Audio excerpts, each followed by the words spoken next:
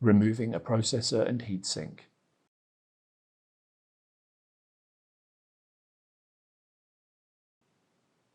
Remove the top cover. Remove the air baffle.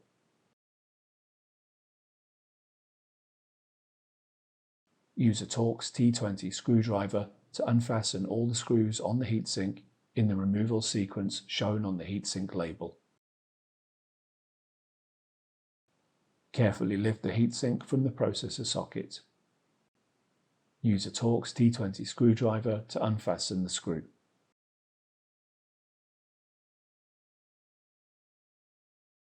Lift up the retention frame. Lift up the rail frame, hold the blue tab of the processor carrier, and slide the processor carrier out of the rail frame.